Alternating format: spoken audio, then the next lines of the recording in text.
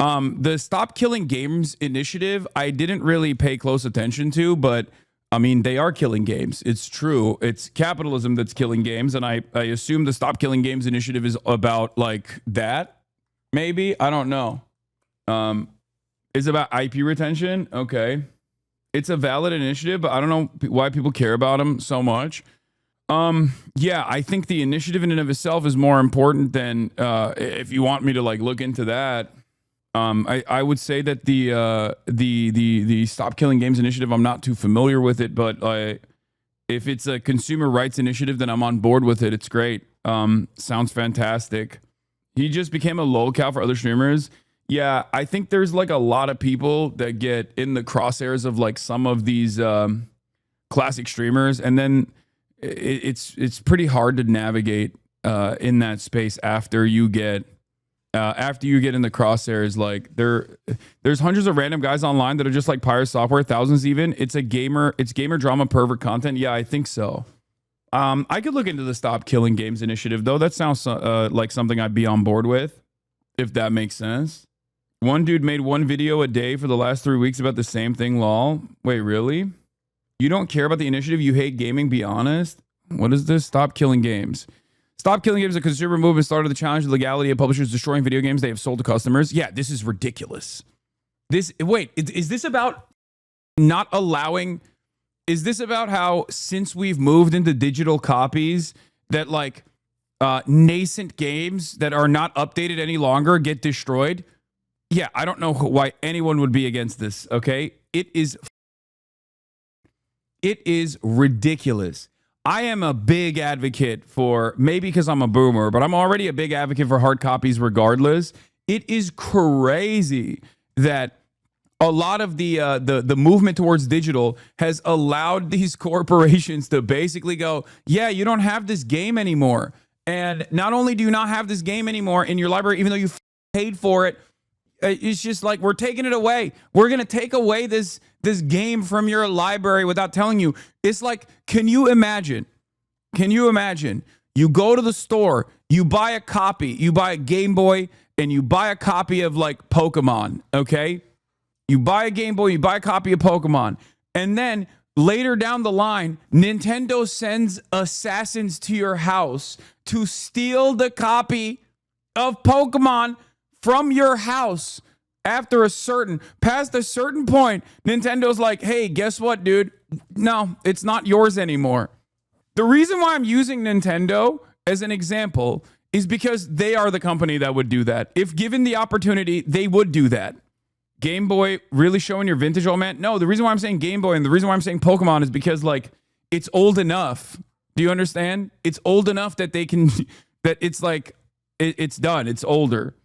Is old enough that it's basically something they have literally done already. Nintendo has done this already in their digital archives. No, they've already taken out some older games and stuff. But in any case, it's ridiculous. I like, see, this is one of those things where it's like, I don't care who supports this. I don't care who's against this. If you want my take on it, I think it's insane that we have now already, as a cost-cutting measure, in some instances, moved away from physical copies to digital, and there's some benefits to digital copies as opposed to physical. But the fact that, like big publishers can just take something from your library that you have purchased, that's in your library, the fact that they could do that is completely unacceptable. Yeah, it's not just removing digital copies, it's killing servers for online-only games, making them unplayable offline. That's also ridiculous as well. I think that you should always have the optionality to be able to when you purchase a game, whether it's an online game or an offline game, like, you should be able to have the optionality to be able to like enjoy it offline or something, or even do your own personal settings or something, personal servers or something, like. With very, or if you're not going to service it any longer, then I don't know, release the IP or something so that people can patch it themselves and people can like use a network of devs could just like keep things alive if they want to, just like release the code source and and open source the game. I don't really understand why people are against that. I guess like because they just don't want to show some of the proprietary codes. Is that what it is? The Crew is the best example. Ubisoft completely took that game away. Nobody play it now, even if you still own it. This is exactly what Stop Killing Games is, Lamau. No, this is something that I've talked about before because I'm a boomer. I already hate the idea that I'm pro piracy. 2, I'm pro open source software in general. Of course, I'm going to be for this initiative. I'm also pro Gaben in a weird way, even though he has created an entire generation of gambling addicts. I am pro Gaben when it comes to, you know, his classic take. Piracy is a service problem. He's right. Linus and Luke from Linus Tech Tips have talked about this a lot. It's weird because you can't legislate forcing companies to support games in perpetuity, but there should be some sort of recourse for consumers when companies no longer support servers for online-only games. Look, I'm not a developer. I don't know how to do code or anything like that, but I suspect that there is probably a way to hide like some of the most important proprietary aspects of your code, and not release that while also simultaneously like because you don't want vulnerabilities for your newer games that you're creating, right? And I assume that if you were to like release all of the information so that people could just like set up their own servers or whatever, then in that case, I can understand kind of what the developer would not want out there. But having said that, I'm sure there's a workaround. Create a public domain for video games. I love that. You can absolutely do that. There are pieces that can be condensed or separated, but you can still have online functionality and capabilities. If that was the case, they wouldn't have Denuvo/anti-piracy software in the first place. Steam isn't completely DRM free though, so it isn't like you own all the games you buy on Steam. No, I know. And not only that, but Steam has also taken up an interesting initiative where I guess like MasterCard or Visa can now decide that certain games are illegal to play, and then you can't buy them. Like, it's crazy.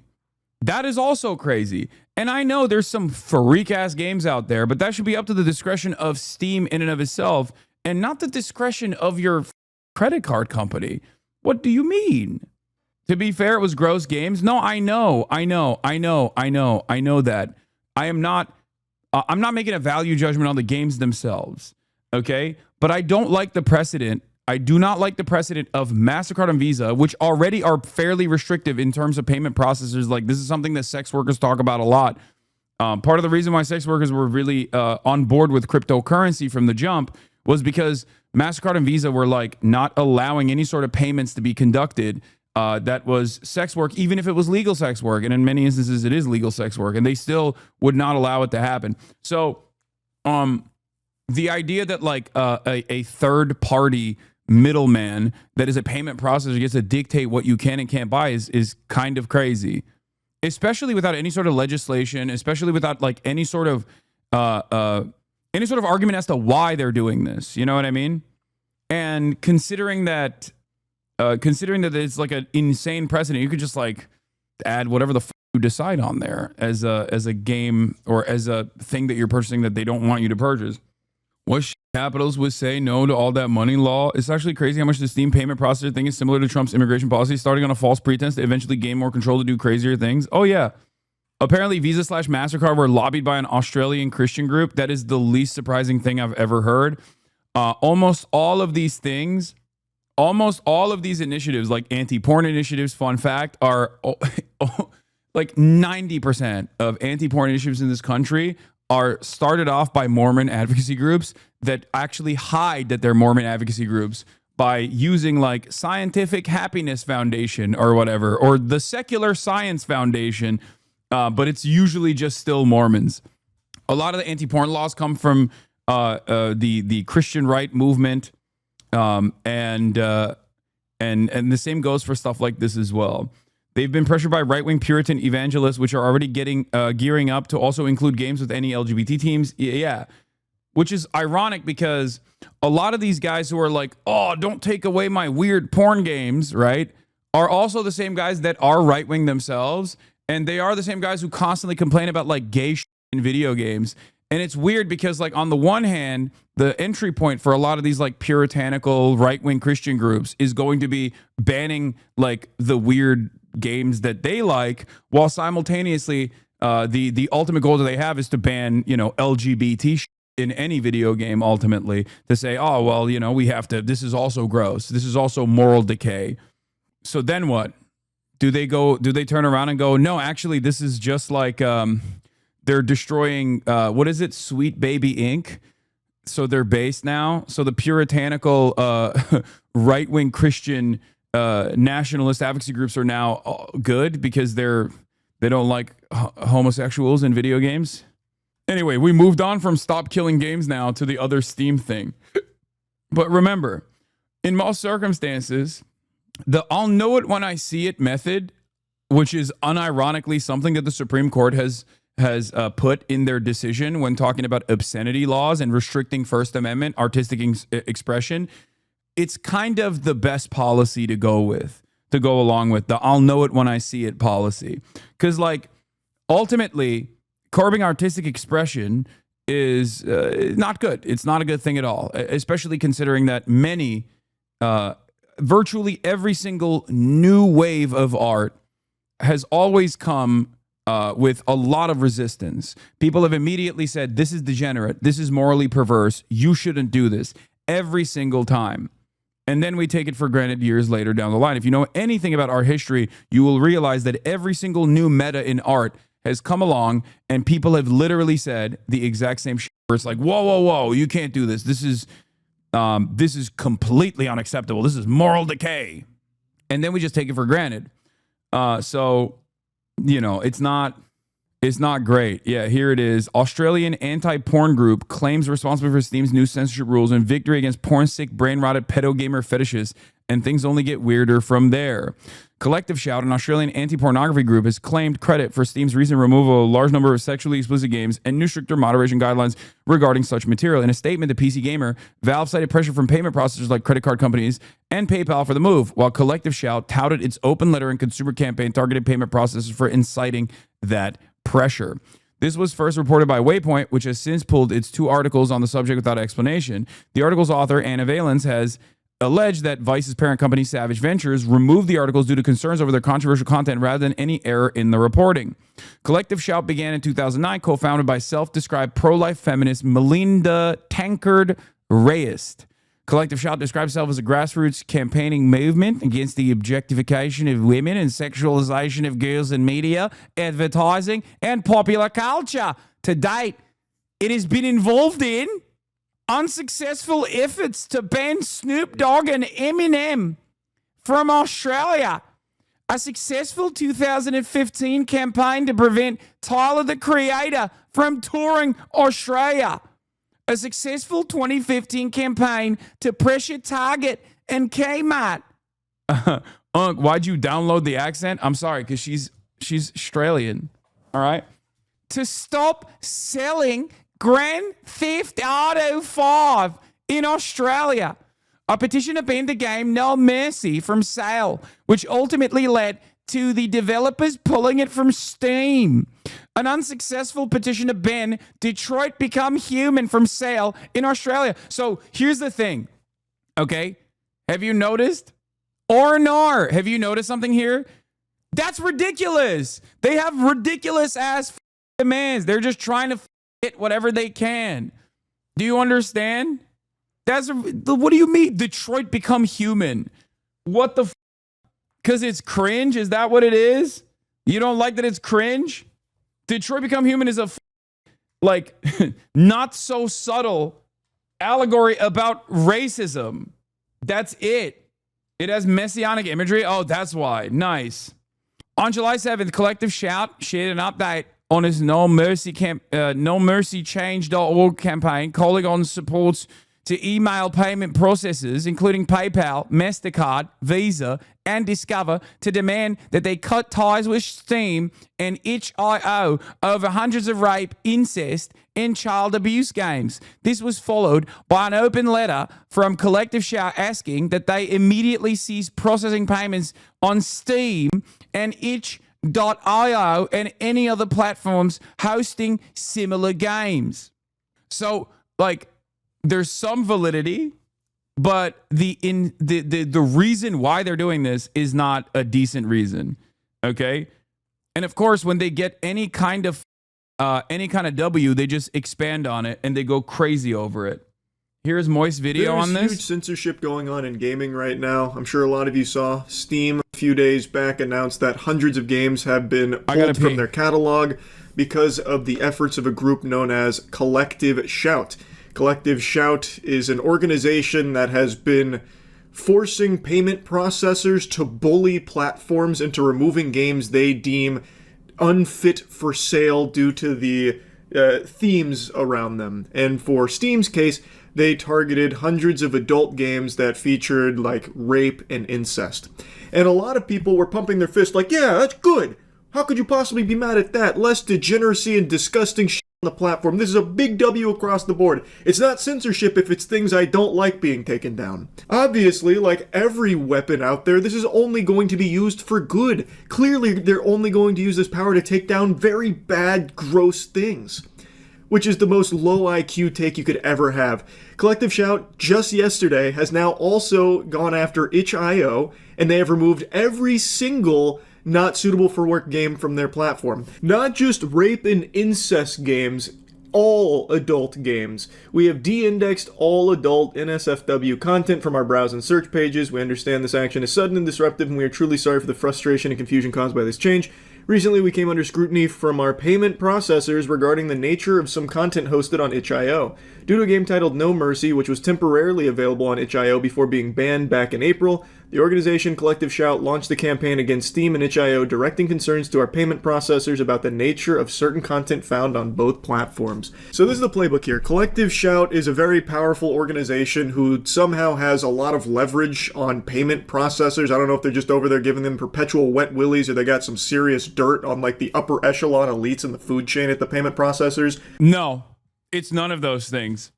I know what it is because I am victim to these kinds of cry campaigns all the time. It's just the weaponization of bots and Karenism.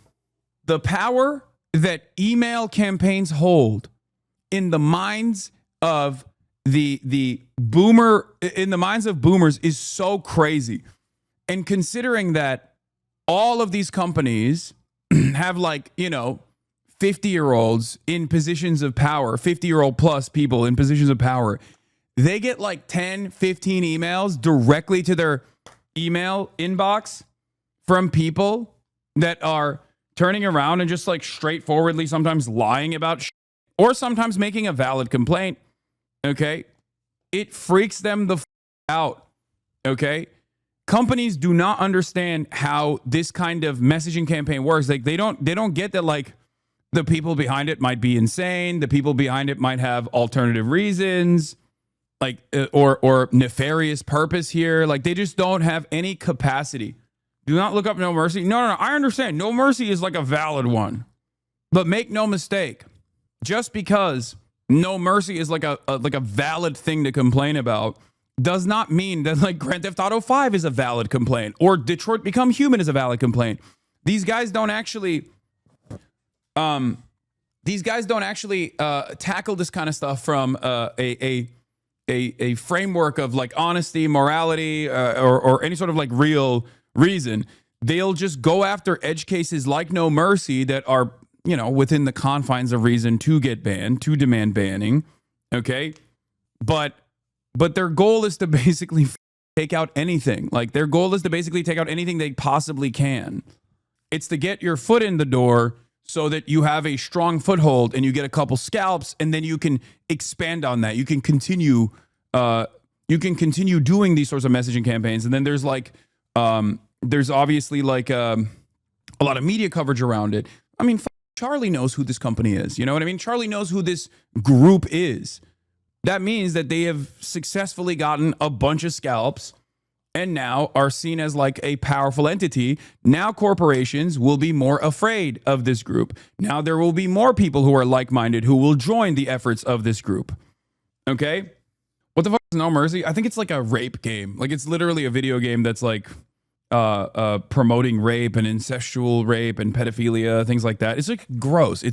That one is, I'm not talking about the game No Mercy. It's like valid to freak out over that or to demand demand something like that gets taken down. That's not my point at all. That should be banned. Come on. Chatters, you're misunderstanding my point. Okay? It's kind of like this. There's a difference between someone who is a Holocaust denier actively spreading anti-Semitic conspiracy theories and someone who is simply anti-Israel while simultaneously combating anti-Semitic conspiracy theories. Do you understand?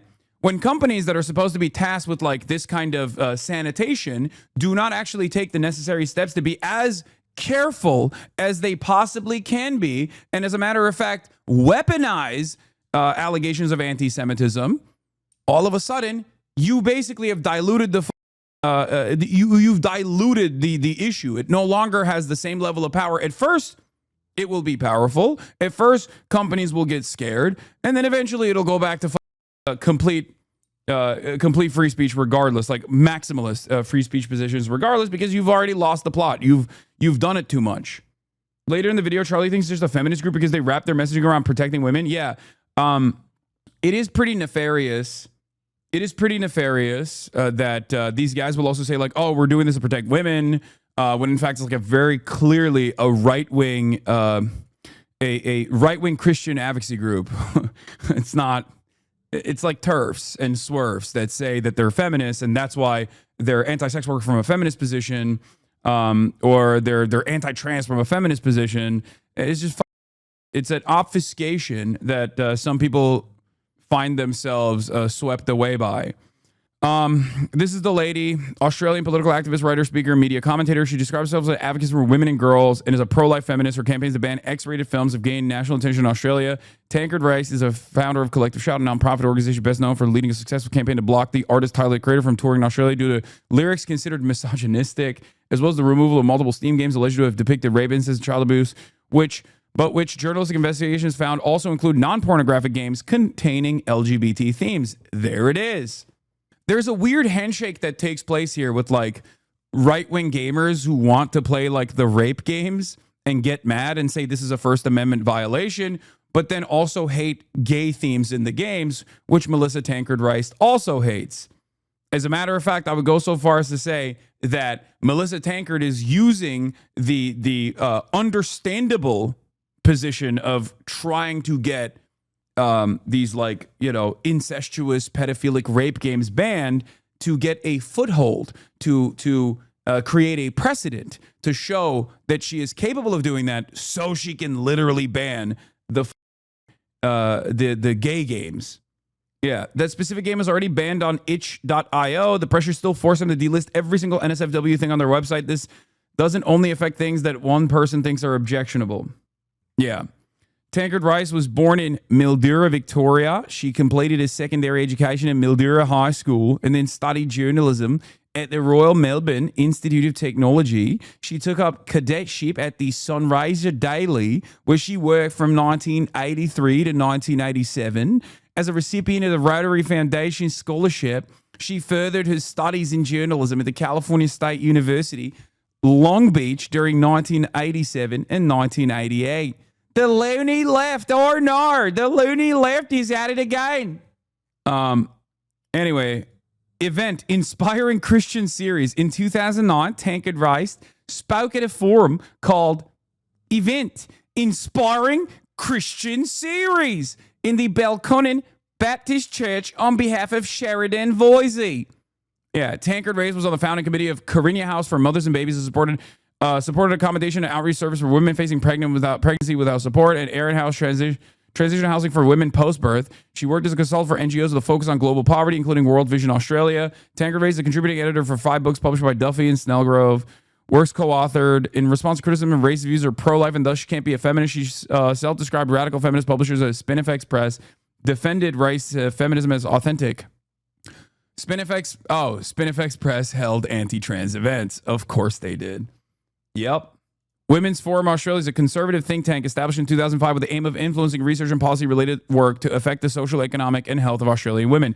It has also been described as focusing on anti-trans campaigning and having links to the far-right politics, with members campaigning against abortion access, transgender rights, and promoting conspiracy theories around Wi-Fi. Always, dude. I I feel like it's like I unearth a rock and underneath it immediately there's like random ass anti-trans and then throw in some Wi-Fi 5G conspiracies on the pile for fun. Like they got proof they're in the Epstein files or some shit. But they have got these payment processors by the nutsack, and they are squeezing the piss from their balls. So now the payment processors are LARPing as the moral authority on what people are allowed to spend. This part is absolutely correct from Charlie. I think one of the most damaging aspects of this is that like Steam and everyone else will capitulate to payment processors because there's a major consolidation of power there. And payment processors are obviously willing to cave to a email campaign from a psychotic right-wing woman. Okay? The opportunities there are endless. The opportunities there are endless. Okay? It's ridiculous. And by that, I mean opportunities for censorship there are endless. It will not stop at just like video games that you think are crazy and I think are crazy and are totally ban-worthy. And it will move on to whatever kind of depiction of LGBT in video games, or even the depiction of an abortion in a video game, for example, or in any kind of art. Okay? So it's clear. Why not movies and TV shows? I think that there is a stronger foothold in culture for movies and TV shows. They've tried that for movies and TV shows in the past. The video game industry, I would say, is a obviously a much younger industry, even though it's a much larger industry now than movies. So they like boomers understand what a movie and a TV show is, right? Boomers don't fully comprehend what a video game is, and that's the reason why they think like if you ask a boomer if they see depictions of violence in a movie and whether that contributes to school shootings, they'll say, of course not. What do you mean? I grew up watching violent TV shows. I didn't become a school shooter. But if you tell a boomer that Grand Theft Auto is leading to school shootings, they'll go, oh my God, that does make sense. It's a video game and I don't understand it. That's because they don't understand what video games are. They can't see it as like literally the same that movies are. They don't see it as like art. They see it as something demonic. Do you understand? I do hate that every awful initiative of censorship, ironically enough, people think is like led by leftists, but almost always the successful censorious initiatives always come from the right. Always. Always. It is always backed by right-wing sentiment. Israel is a great example of this. Israel is a right-wing country. Israel's underlying ideology, Zionism, is a maximalist right-wing position. It's a fascist ideology. So Israel's censorship campaign masquerades as like, trying to combat anti-Semitism, which you would automatically assume is like a liberal perspective or even a left-wing perspective. But in fact, it's not about that at all. And it's entirely about making sure that the feelings and the objectives of a right-wing country in committing a genocide is accomplished. It's always right-wingers. Even at the peak of liberal censorship, when people were talking about cancel culture, when people were consistently talking about like how liberals don't want to have conversations, they don't want to have discussions, the most successful advocacy for censorship in the form of book bannings were coming from the right. It was right-wing Christian groups. That has never changed. That has literally never changed. And yet, the greatest trick that the modern right-wing movement pulled was to take over the idea that they were actually for free speech and that it was the liberals and the leftists that were anti-free speech. It's so crazy. Cancel culture is almost uniparty. It's like bipartisan, or rather it's apolitical. Like people just want to cancel whatever their ideological opposition is in general. But the ones that are most successful and the ones that are most ridiculous are almost always right-wing groups, right-wing advocacy groups that might claim that they're feminists, for example, or might claim that they're liberals, or might claim that they're leftists, might claim that they're progressive, but they're still right-wing. Is it effing again? What's happening? It's not happening to me. I don't see it. A mini F. Okay. Let's continue with Charlie. The money they earned on. So they're making these sweeping censorship changes to Steam and itch.io. Steam, They made it very easy for the public to not make a big stink about it because they went after a very low-hanging fruit target that most people aren't going to be upset about. Oh no, you lost all your rape and incest games. Boo-hoo, call the ambulance. But what people don't realize is that is clearly just the first step here. Collective Shout has now already taken that, which hasn't even been like a full week, and it's translated it to wiping all adult content from itch.io, a totally separate platform using the same methodology of having the payment processors threaten to leave them. Censorship is not something that is a good thing. This is not a positive thing. Yoko Taro also came forward saying, like, this is pretty bad stuff, that other countries can now limit everyone else's free speech. He's right. That's not great. You don't like to see that. And let's go ahead and extend this to its natural conclusion here. As Collective Shout becomes more and more successful at censoring games, other organizations will spring up and do the same for things Collective Shout maybe doesn't want to see censored. Like, who's to say, with this censorship, now that it's proven that it can be done by having the payment processors threaten to pull out of these services, if you can bully them through the payment processors, you win. That's checkmate. Who's to say an organization doesn't pop up that wants to take away all kinds of LGBTQ representation in games? And now that they have a proven formula to follow, they could easily spring up and be probably very successful. Another organization could come about where they believe that... What's your opinion on censorship? Surely you are not a free speech absolutist. No one is a free speech absolutist, and I myself am not a free speech absolutist either, obviously. There's no such thing as a free speech absolutist. There's obviously harmful expressions that everyone understandably wants not to be shared. I mean, the greatest example of this is CSAM, right?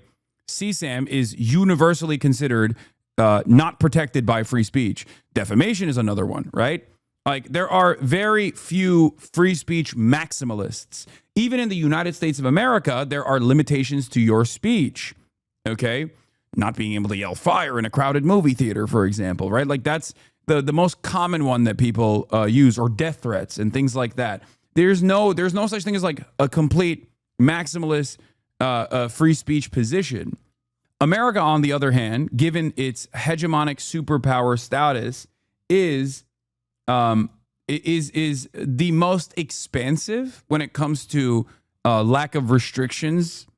Okay, look at this guy, bro. Obviously, that's not protected under free speech. Dog, what do you mean?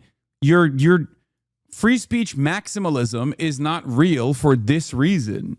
I'm describing to you, and you're just going, no, that's of course not protected under free speech. Okay, so you understand what my position is. That's my point. My point is, there are certain things that everybody draws a line at. That's the point. You can't just say, nope, this is just speech, so it's allowed. Okay?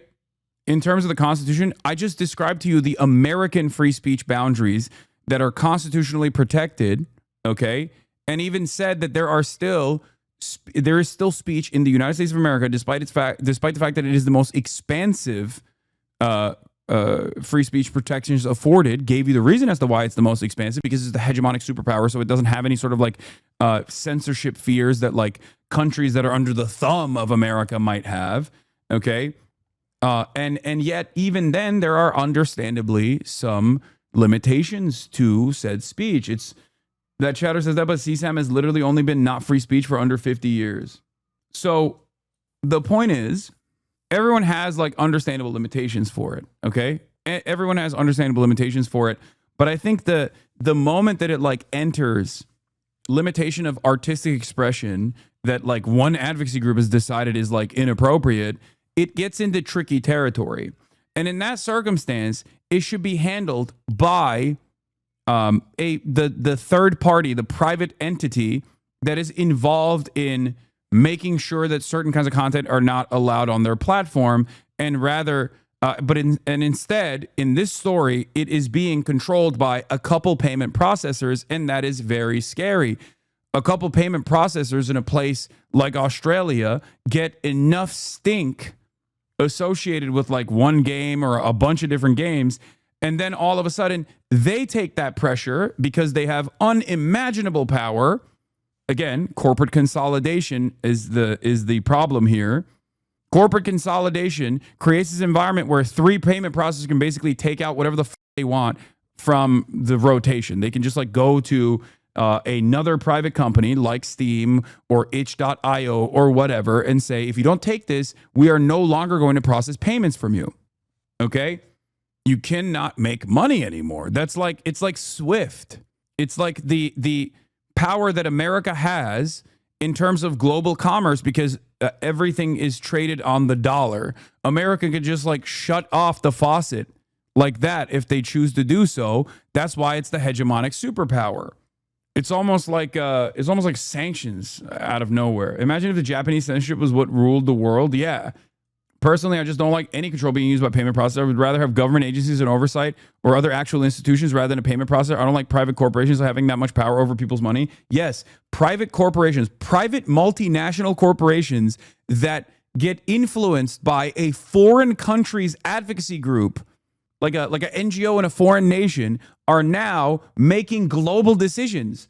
That is truly terrifying, because it obviously leads to whatever the they want to silence or suppress. Is just like messed up. In-rated games just shouldn't exist. Games should be focused purely to appeal to a younger demographic. They shouldn't be deep, thought-provoking games. There should be no violence. There could easily be a very puritanical organization that comes forward making similar pushes for censorship. I don't know how delusional you have to be to think that somehow this is only ever going to be used against bad things.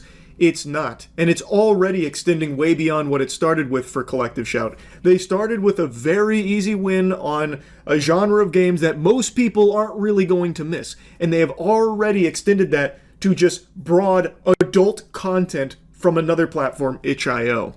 And as they continue to be more successful, more organizations are going to follow that blueprint, follow those footsteps, and be successful as well. Is it even controversial to say that games that depict rape, incest, or contain gay themes are fine? Game of Thrones is the most popular TV show ever, and it depicts rape, incest, naked women, and men.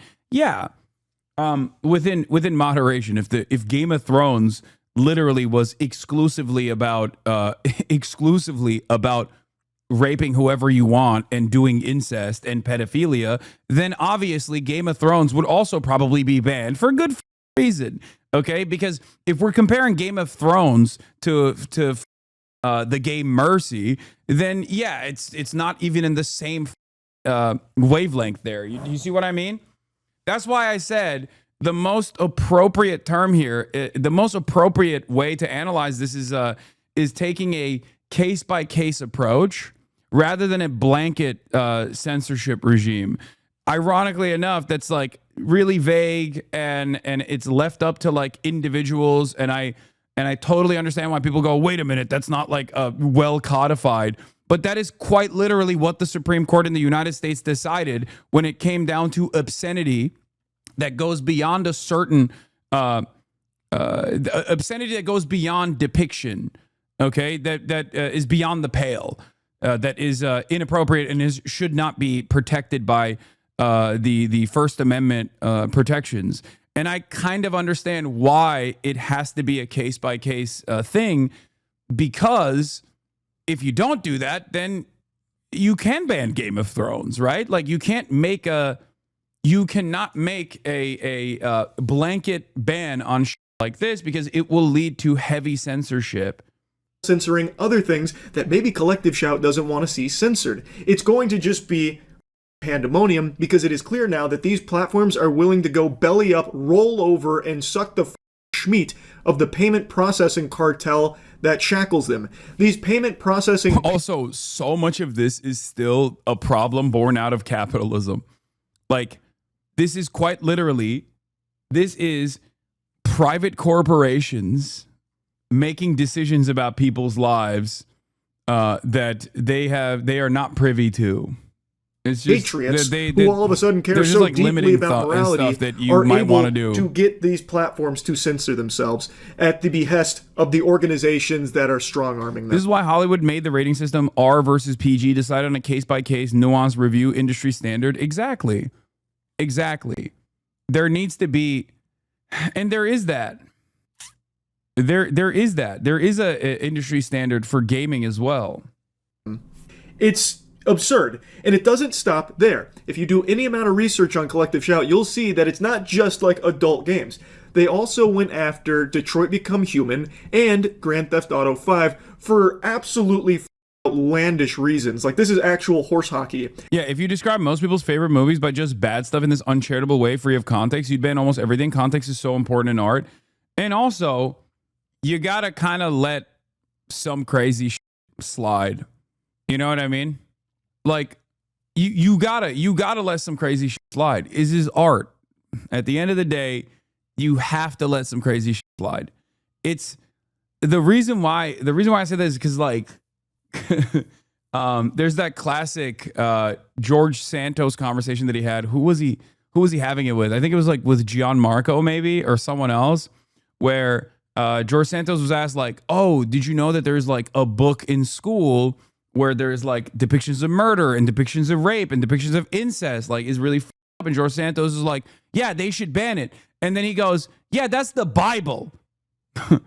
Or it was Walter Masterson. Thank you. You're right. Walter Masterson with George, friend of the show, Walter Masterson with George Santos. And he goes, yeah, that's the Bible. You know what I mean? Like, so what do we do? You know, are we just going to ban the Bible now? Is that what we're doing?